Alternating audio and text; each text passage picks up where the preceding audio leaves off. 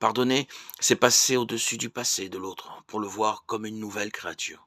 2 Corinthiens 5, 17. Christ est mort pour ses péchés et le conjoint potentiel doit maintenant décider s'il est prêt à vivre avec le souvenir de ses péchés. C'est là qu'on passe de la théorie à la pratique.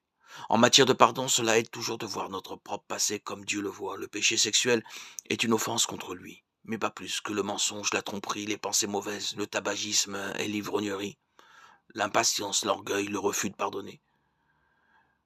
Qui d'entre nous est sans péché et peut jeter la première pierre? Avant de venir à Jésus-Christ, nous sommes tous morts en raison de nos fautes. Mais Dieu nous a rendu la vie par sa grâce. Éphésiens 2, 1, 5. La question est, pouvons-nous pardonner aux autres comme Christ nous a pardonné? Le pardon est la marque du chrétien authentique.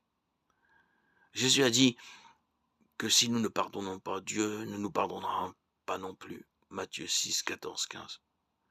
Il ne voulait pas dire que pardonner aux autres permet d'obtenir le pardon de Dieu. Nous savons que nous ne sommes pardonnés que par grâce. Mais un cœur qui pardonne manifeste par là que le Saint-Esprit demeure en lui, tandis que le refus de pardonner caractérise un cœur endurci et non régénéré.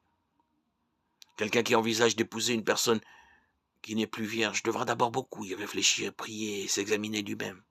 Jacques 1,5 dit que si nous demandons à Dieu la sagesse, il nous la donnera bien volontiers. En parler avec un pasteur et fréquenter une église fidèle à la parole peut aider à prendre la bonne décision. Certaines églises proposent d'excellents cours de préparation au mariage. En parler ouvertement avec la personne peut également révéler des choses qui ont besoin d'être pardonnées et surmontées. Quelles que soient les circonstances, le mariage est toujours un défi et un mariage réussi exige beaucoup d'efforts.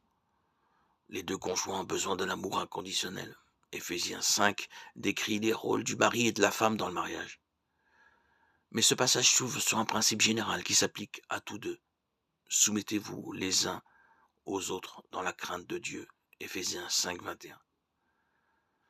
Le sacrifice volontaire et la force de servir pour améliorer son mariage sont les caractéristiques d'un homme ou d'une femme spirituellement mature qui honore Dieu.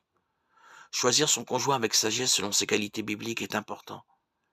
Mais notre croissance spirituelle et notre soumission à la volonté de Dieu pour notre vie l'est tout autant.